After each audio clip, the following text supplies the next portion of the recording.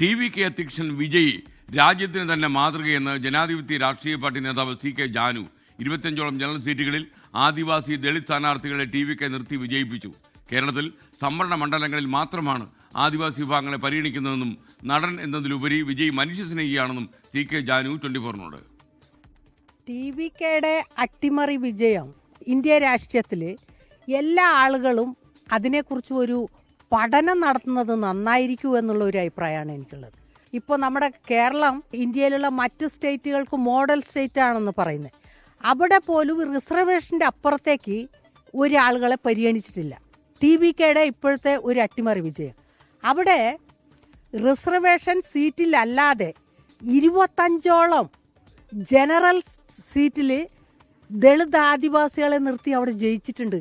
വിജയ് ഒരു നടൻ്റെ അപ്പുറത്തേക്ക് മനുഷ്യൻ്റെ വികാരങ്ങളും വിചാരങ്ങളും വേദന അറിയുന്ന ഒരു യഥാർത്ഥ മനുഷ്യനാണ് വിജയ്.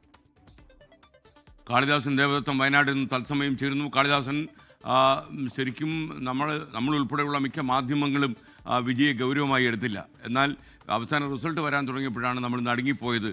തമിഴ്നാട് രാഷ്ട്രീയത്തിലെ ഏറ്റവും വലിയ അടിയൊഴുക്ക് വിജയായിരുന്നു എന്നുള്ള കാര്യം നമ്മൾ തിരിച്ചറിയുന്നു. ഇപ്പോൾ ജാനുവും പറയുന്നത് ഇത്രയധികം ദളിത് സ്ഥാനാർത്ഥികളെ നിർത്തി വിജയിപ്പിച്ചുവെങ്കിൽ അതും ഇന്ത്യൻ രാഷ്ട്രീയത്തിൽ ഒരു പുതിയ ചരിത്രം എഴുതും. പറയൂ കാളിദാസൻ.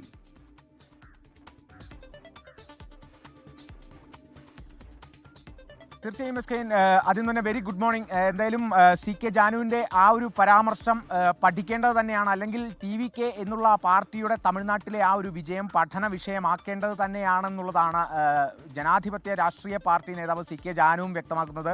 എസ്കെയിൻ സൂചിപ്പിച്ച പോലെ തന്നെ നമ്മൾ മാധ്യമങ്ങളടക്കം വിലയിരുത്തിയതിൽ ചില മാറ്റങ്ങളൊക്കെ ഉണ്ടായിരുന്നു. കാരണം അവസാന നിമിഷത്തേക്ക് TVK തമിഴക വെട്രിക്കഴകം കുതിച്ചു കയറുന്ന ഒരു കാഴ്ചയാണ് കണ്ടത്. സർക്കാർ രൂപീകരണത്തിലേക്ക് വരെ എത്തുന്ന കാര്യങ്ങളൊക്കെ തന്നെയാണ് കണ്ടത്. രൂപീകരണത്തിൽ ഒരു പ്രതിസന്ധി ഉണ്ടെങ്കിലും ആ ഒരു അട്ടിമറി വിജയം വലിയ രീതിയിൽ രാജ്യമെങ്ങും ചർച്ച ചെയ്യപ്പെട്ടതാണ്. അതിൽ ഏറ്റവും പ്രധാനം എന്ന് പറയുന്നത് ഈ സംവരണ മണ്ഡലങ്ങളിൽ പൊതുവെ സംവരണ സ്ഥാനാർത്ഥികളെ ST സ്ഥാനാർത്ഥികളെ ഒക്കെ രാജ്യത്തെ എല്ലാ ഭാഗത്തുമൊക്കെ നിർത്തുന്നതാണ്.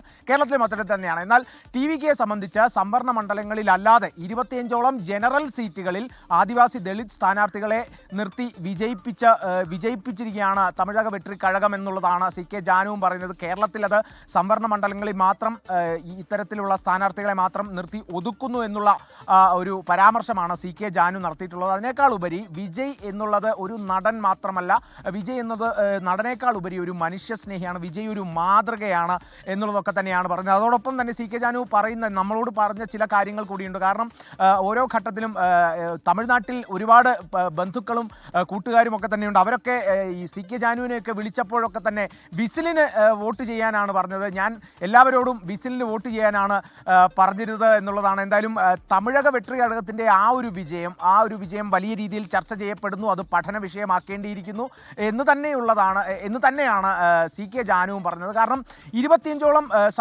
ജനറൽ സീറ്റുകളിൽ ആദിവാസി ദളിത് സ്ഥാനാർത്ഥിയെ നിർത്തി എന്നുള്ളത് തന്നെയാണ് ഏറ്റവും ആദ്യം പറയേണ്ടത്. അവിടെ നിർത്തി വിജയിപ്പിക്കുകയും കൂടെ ചെയ്തു. വെറുതെ നിർത്തുക മാത്രമല്ല, നിർത്തി വിജയിപ്പിക്കുകയും കൂടെ ചെയ്തു. അത് കേരളത്തിലേക്കും കൂടി ആ ഒരു മാതൃക ഏറ്റെടുത്ത് കൂടുതൽ സ്ഥാനാർത്ഥിത്വം ഇത്തരത്തിൽ ജനറൽ സീറ്റുകളിലേക്ക് ആദിവാസി ദളിത് സ്ഥാനാർത്ഥികൾക്കുമൊക്കെ ജനറൽ സീറ്റുകളിലേക്കുമൊക്കെ അവസരം കൊടുക്കണം എന്നുള്ളതും കൂടിയാണ് CK ജാനു 24നോട് വ്യക്തമാക്കുന്നത്. Okay, thank you Kalidasan Devadatham.